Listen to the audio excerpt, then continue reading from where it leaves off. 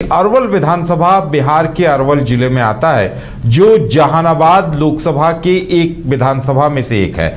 और अरवल के समीकरण भी बड़ा दिलचस्प है। और अरवल की अगर बात की जाए तो अरवल में फिलहाल भाकपा माले के महानंद प्रसाद सिंह वहां के विधायक हैं। और वहां के समीकरण क्या है, पिछला इतिहास क्या रहा है, इन तमाम चीजों को समझने के लिए हम बात करेंगे अपने वरिष्ठ सहयोगी राकेश रंजन जी से। राकेश जी, ये अरवल के समीकरणों को किस तरह से देख रहे हैं और पिछला इतिहास जो रहा है वो इस बार के समीकरणों को कितना प्रभावित करेगा? देखिए, अरवल विधानसभा में जो पहला चुनाव हुआ था वो 1952 में हुआ था और गुडनी सिंह यादव सोशलिस्ट पार्टी से उम्मीदवार थे। वो अरवल के पहले जो हैं विधायक बने थे। यहाँ का जब आप चुनावी इतिहास देखिएगा अरवल का, तो यहाँ दिखेगा कि Congress versus socialist versus left, वामपंथ का एक असर जो है अरवल में रहा है। और वो अच्छा प्रभाव जो आप कहते हैं कि उसका प्रभाव दमदार दिखता है। अरवल एक समय नक्सलवाद के लिए भी जाना जाता था, चरम पर था। अरवल जिले का निर्माण ही इसलिए हुआ कि नक्सलवाद पर नकेल कसा जा सके, उसमें सफलता भी मिली है। चूंकि अब इस तरह की घटनाएं कम होती हैं, नहीं तो नरसंहार के लिए भी अरवल जाना जाता था। लेकिन जब आप राजनीतिक इतिहास पर आते हैं तो ये दिखता है कि सोशलिस्ट पार्टियों का दबदबा जो है वो यहाँ पर ज़्यादा रहा है। लेकिन ऐसा नहीं है कि किसी एक सोशलिस्ट पार्टी ने बहुत ज़्यादा जीत हासिल कर ली हो, ऐसा नहीं है। अरवल में सभी जीते हैं। आप देखिएगा, अलग अलग सोशलिस्ट पार्टियां जीती हैं, कांग्रेस को यहाँ जीत मिली है, लेफ्ट को यहाँ पर जीत मिली है, और आपको देखिएगा कि बीजेपी को भी यहाँ पर जीत मिली है। तो लेफ्ट, राइट, कांग्रेस और सोशलिस्ट सभी को यहाँ पर कामयाबी जो है वो मिली है। लेकिन एक और बात है कि ऐसा नहीं है कि सिर्फ पार्टियों को ही यहाँ की जनता ने प्यार दिया है, व्यक्ति को भी दिया है। और जिन व्यक्ति को दिया है उनमें से एक नाम जरूर हम लेंगे, कृष्णनंदन प्रसाद सिंह। ये यहाँ से 3 बार चुनाव जीते हैं और वो भी लगातार 1980, 85 और 1990 में 3 बार जो है इन्होंने निर्दलीय चुनाव लड़कर जीत हासिल की। तो ये चीज दिखता है कि यहां निर्दलीय प्रत्याशी भी सफल रहे। जैसे मैंने कहा ना, लेफ्ट, राइट, कांग्रेस, बीजेपी, तो उसमें आप निर्दलीय को भी जोड़िए। 4 बार निर्दलीय प्रत्याशी यहां पर चुनाव जीते हैं। इनफैक्ट इसे आप ये भी देखें, हम अक्सर बात करते हैं कि सबसे ज्यादा बार किस पार्टी ने चुनाव जीता है, तो उसमें जब आप पार्टियों के खांचे में जाएंगे तो वहां निर्दलीय ही सबसे बड़े दिखेंगे, जो किसी दल से नहीं है। वो 4 बार यहां पर चुनाव जीतने में सफल रहे हैं। अगर आप ये देखिए तो एक और चीज अरवल में दिख रही है, जो कि वर्तमान विधायक के लिए भी चिंता की बात हो सकती है, कि पिछले 8 चुनाव से अरवल हर बार अपना विधायक बदल लेता है, यहां तक कि पार्टी भी बदल लेती है। देखिए, 1990 में कृष्णनंदन प्रसाद सिंह जीते थे। इसके बाद कृष्णनंदन सिंह की ये तीसरी जीत थी, लेकिन इसके बाद आपको कोई भी लगातार रिपीट नहीं कर पाया। 95 में रविंद्र सिंह कुशवाहा, 2000 में अखिलेश प्रसाद सिंह, 2005 फरवरी अक्टूबर में दुलार चंद सिंह यादव लगातार जीते थे, क्योंकि वो एक ही साल जो है वो चुनाव हुआ था। लेकिन उसके बाद 2010 में अगर आप देखें तो यहां से बीजेपी को जीत मिली, यहां पर चितरंजन कुमार जीते। 2015 में आरजेडी सफल रहा, रविंद्र सिंह जीते, और 2020 में भाकपा माले को जीत मिली। तो ये चीज देखने में आ रहा है कि अगर हम 90 से न भी लें तो 2005 से आपको दिख रहा है कि हर बार जो है प्रत्याशी बदलता चला जा रहा है 2005 अक्टूबर से, और हर बार नया प्रत्याशी यहां चुनाव जीतता है और पार्टी भी बदल जाती है। अभी तक कुल 17 चुनाव अरवल में हो चुके हैं, जिसमें कांग्रेस को 2 बार जीत मिली है, और उसको जो आखिरी जीत मिली थी वो 1962 में मिली थी। और अब देखिए स्थिति यह है कि कांग्रेस को लड़ने के लिए ये सीट भी नहीं दी जाती। आरजेडी 2 बार यहां पर कामयाब रहा है, तो एलजेपी को भी 2 बार सफलता मिली है, और सीपीआई भी 2 बार इस सीट पर सफल रहा है। बीजेपी एक बार, जनता दल एक बार, जनता पार्टी एक बार, सोशलिस्ट पार्टी एक बार और भाकपा माले भी एक बार इस सीट को जीतने में सफल रहा है। तो 4 बार सर्वाधिक जो है वो निर्दलीय प्रत्याशी यहां से जीते हैं। अगर सबसे ज्यादा बार जीतने वाले उम्मीदवार की हम बात करें तो कृष्णनंदन प्रसाद सिंह सर्वाधिक 3 बार यहां से चुने गए हैं। तो कहने का मतलब यह है कि अरवल जो है अपने प्रतिनिधि पर बहुत ज्यादा विश्वास करते हुए दिखता नहीं है। अगर आपका काम पसंद नहीं आया तो वो उसे बदल देता है। देखिए, अगर हम 2010 से शुरू करें तो यहां पर क्या कुछ दिखता है। तब भाकपा माले से महानंद प्रसाद सिंह ही चुनाव लड़ रहे थे। बीजेपी ने चित्तरंजन कुमार को चुनावी मैदान में उतारा था। आरजेडी से यहां पर प्रत्याशी नहीं था उस साल। कांग्रेस ने प्रत्याशी दिया था धनंजय कुमार और दुलार चंद सिंह यादव जो कि एलजेपी के सिटिंग विधायक थे, वो भी चुनावी मैदान में उतरे थे। तो एक चतुष्कोणीय मुकाबला यहां पर हुआ था जिसमें महानंद प्रसाद सिंह जो भाकपा माले के प्रत्याशी हैं उनको 19,782 वोट आए थे, 20.88%, और चित्तरंजन कुमार को आए थे 23,984 वोट, मतलब 25.32%। और जो कांग्रेस के प्रत्याशी थे धनंजय कुमार, उनको 5,196 वोट, और दुलार चंद सिंह जो एलजेपी के प्रत्याशी थे और उस वक्त सिटिंग विधायक थे, उनको आए 15,513 वोट, मतलब 16.38% वोट। तो जीत मिली बीजेपी के चित्तरंजन कुमार को।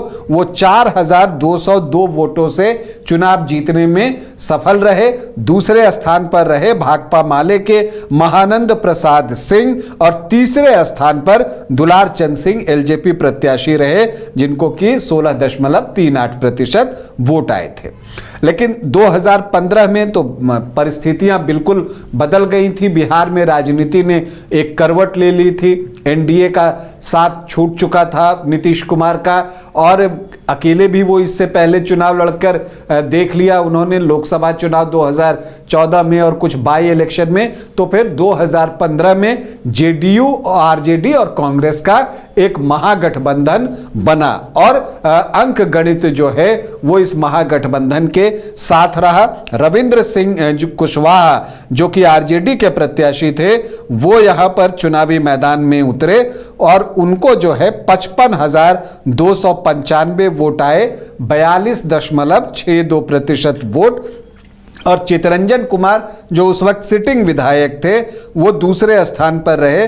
उनको जो है आए 28.9% वोट, मतलब लगभग 29% वोट। और तीसरे स्थान पर रहे महानंद प्रसाद सिंह, भाकपा माले के प्रत्याशी, 21,354 वोट उन्हें आए, मतलब कि लगभग 16.5% वोट। तो यहां रविंद्र सिंह जो कि कुशवाहा थे, उन्होंने यहां पर 17,810 वोटों से जीत हासिल की। फिर 2020 आता है। 2020 में जब महागठबंधन बनता है आरजेडी का, तो जेडीयू की एग्जिट हो चुकी थी, जेडीयू वापस से एनडीए फोल्डर में जा चुका था। तो आरजेडी, लेफ्ट और कांग्रेस का एक गठबंधन बनता है, और चूंकि यहां लेफ्ट का एक प्रभाव रहा है तो यह सीट लड़ने के लिए भाकपा माले को दी गई, और वहां एक बार फिर महानंद प्रसाद सिंह प्रत्याशी बने। तो बीजेपी ने दीपक कुमार शर्मा को चुनावी मैदान में उतारा, और उपेंद्र कुशवाहा की पार्टी आरएलएसपी ने सुभाष चंद्र यादव को मैदान में उतार दिया। एक ट्रायंगुलर फाइट थी जहां महानंद प्रसाद सिंह को आए 68,286 वोट, मतलब कि 47.2% वोट। तो अरवल के लिए जो आरजेडी, जेडीयू और कांग्रेस का गठबंधन था, उससे भी मजबूत गठबंधन बनकर उभरा राजद, भाकपा माले और कांग्रेस का। क्योंकि देखिए, जहां पिछली बार 42.62% वोट आए थे रविंद्र सिंह को आरजेडी प्रत्याशी महागठबंधन में, वो 2020 में 5% से बढ़ गए 47.2%, 5% से थोड़ा सा कम। तो यहां पर महानंद प्रसाद सिंह जो है 19,950 वोटों से चुनाव जीतने में सफल रहे। अभी वही सिटिंग विधायक हैं और ये उनकी ख्वाहिश होगी कि जो इसका ट्रेंड रहा है अरवल का 2005 अक्टूबर से, वो चीज़ें रिपीट ना हो, मतलब कि हर बार जो विधायक बदलने की बात है ऐसा कुछ भी ना हो। तो अब देखना है कि यहाँ पर दावेदार कौन कौन है। तो देखिए, भाकपा माले से तो महानंद प्रसाद सिंह ही होंगे। हालांकि आरजेडी से भी कुछ दावेदार हैं, लेकिन लगता नहीं कि यहाँ पर भाकपा माले ये सीट छोड़ेगी। महानंद प्रसाद सिंह जो है वो यहाँ पर चुनाव लड़ेंगे। तो हम पहले बीजेपी की बात कर लेते हैं। तो देखिए, बीजेपी से पिछली बार चुनाव लड़े थे दीपक कुमार शर्मा, तो उनका दावा तो यहाँ बनता है। और चूंकि चितरंजन कुमार शर्मा का निधन हो चुका है, तो उसके बाद दीपक कुमार शर्मा का दावा और भी मजबूत हो गया है। हालांकि मनोज शर्मा के नाम की भी चर्चा है कि अगर गोह में मनोज शर्मा को बीजेपी टिकट नहीं देती और वहां पर रणविजय सिंह को टिकट मिल जाता है, तो ऐसी परिस्थिति में मनोज शर्मा को अरवल शिफ्ट किया जा सकता है। ये बातें हो रही हैं। इसके अलावा भी कुछ और दावेदार हैं, रामकिशोर शर्मा और भी कुछ लोग हैं यहाँ पर। अब अगर आप ये चीज़ देखिए तो जेडीयू से भी कुछ दावेदार हैं, जिनमें मंजू देवी, रामकिशोर वर्मा और दयानंद सिंह, ऐसे लोग यहाँ पर दिखते हैं। अगर आप कांग्रेस से बात कीजिए तो धनंजय शर्मा, राम विनय यादव का नाम सामने आता है, लेकिन लगता नहीं कि ये सीट भाकपा माले छोड़ेगी। आरजेडी से रविंद्र सिंह, रामेश्वर चौधरी, बिंदेश्वर यादव, ऐसे लोग हैं जो कि दावा करते हुए दिख रहे हैं। लेकिन दिख यही रहा है कि ये सीट महागठबंधन में भाकपा माले को ही जाएगी। अब देखना ये दिलचस्प होगा कि जन सुराज, यहाँ पर उनके भी कई दावेदार हैं, वो किसे प्रत्याशी बनाते हैं और किस जाति से बनाते हैं, क्योंकि वो जिस जाति से प्रत्याशी बनाएंगे उस जो जिस परंपरागत वोटर्स हैं उससे, तो उस पार्टी को या उस गठबंधन को नुकसान हो सकता है। अब अगर आप यहाँ पर देखें कि जातीय समीकरण क्या है, तो जो अनुसूचित जाति के वोटर्स हैं वो 21.23% हैं, तो उनकी संख्या बहुत अच्छी है। इसके अलावा मुस्लिम भी 9.4% हैं, यादव 15 से 16% हैं। तो जो MY का इक्वेशन है वो आपको 24.5 से 25.5% के आसपास है। राजपूत 2.5 से 3%, भूमिहार 10.5 से 11.5%, कुछ लोग इससे ज्यादा भी कहते हैं, ब्राह्मण 2 से 2.5%, तो सामान्य जाति के वोटर्स 15 से 16%, कुर्मी कोयरी की संख्या यहां पर अच्छी है 16 से 17%, और वैश्य यहां पर 8 से 9% हैं।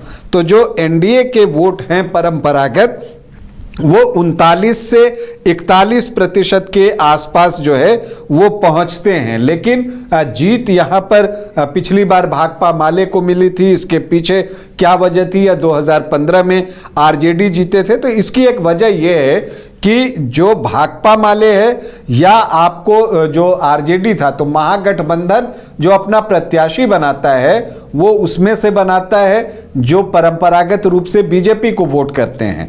तो कुर्मी वोटर्स जो हैं, आमतौर पर कुर्मी कुशवाहा जो है वो नीतीश कुमार के वोटर रहे हैं और उस वजह से एनडीए को वोट करते हैं। लेकिन यहां पर महानंद प्रसाद सिंह के प्रत्याशी बनाए जाने से उस वोट में अच्छी खासी सेंधमारी हो जाती है।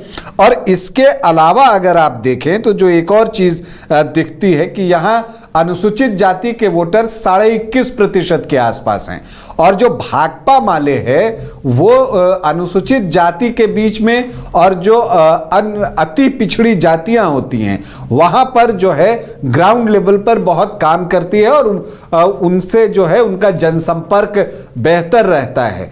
तो यहां पर वो वोट भी भाकपा माले के चुनाव लड़ने की वजह से जो है उनकी तरफ जाता है। इसलिए आप देखेंगे जहां अनुसूचित जाति के वोटर्स ज्यादा हैं, महागठबंधन वो सीट जो है भाकपा माले को दे सकती है, ये ट्रेंड आपको दिखेगा। तो ये एक चीज है जो कि भाकपा माले को मजबूत बनाती है, क्योंकि एक परंपरागत वोट ही 24.5 से 25% के आसपास हैं, और फिर जब उसमें आप अनुसूचित जाति के वोटर की एक बड़ी संख्या अपने तरफ जोड़ लेते हैं और फिर प्रत्याशी जो है आप जब कुर्मी कोयरी में से चुनते हैं तो उसका भी एक हिस्सा आपके पास जाता है, और ये वजह है कि भाकपा माले को पिछली बार जीत मिली थी। इस बार क्या होगा ये देखना दिलचस्प होगा। कहा जा सकता है कि एनडीए के लिए या बीजेपी जदयू के लिए यहाँ की राह आसान नहीं रहती है। जी हाँ, बिल्कुल, यहाँ की सीट जो है वो एक टफ सीट में काउंट होती है एनडीए के लिए, और ये चीज आपको दिख भी रही है कि आप देखते हैं कि बीजेपी को यहाँ सिर्फ एक बार जो है वो कामयाबी मिली है, और जेडीयू की बात कीजिए तो जेडीयू का नाम जो है वो नहीं दिखता है। तो ये चीजें बता रही हैं कि यहाँ के समीकरण इस तरह के हैं, यहाँ अंक गणित नहीं है, यहाँ समीकरण है, और समीकरण बिठाकर महागठबंधन बेहतर प्रदर्शन करता रहा है। तो क्या इस बार एनडीए समीकरण पलट देगा, ये एक बड़ी बात है और ये बड़ा सवाल भी है। लेकिन अगर आप देखें तो अरवल में जो मुकाबला होगा वो आपको रोचक होगा, रोमांचक होगा, इससे आप इनकार नहीं कर सकते। और प्रत्याशी किसे बनाता है एनडीए, इस पर भी बहुत कुछ निर्भर करेगा। लेकिन अभी आपको स्लाइट एज भाकपा माले को देना पड़ेगा, जो दिख रहा है इतिहास और जो समीकरण है उसके अनुसार। चलिए, तो अरवल विधानसभा में समीकरण क्या होंगे, प्रत्याशी कौन होंगे और एनडीए या जदयू वहां क्या रणनीति अपनाएगा, ये देखने वाली बात होगी। और दूसरे जो छोटी पार्टियां होंगी वो इन समीकरणों को कितना प्रभावित करेंगी, इस पर भी बहुत कुछ निर्भर करेगा।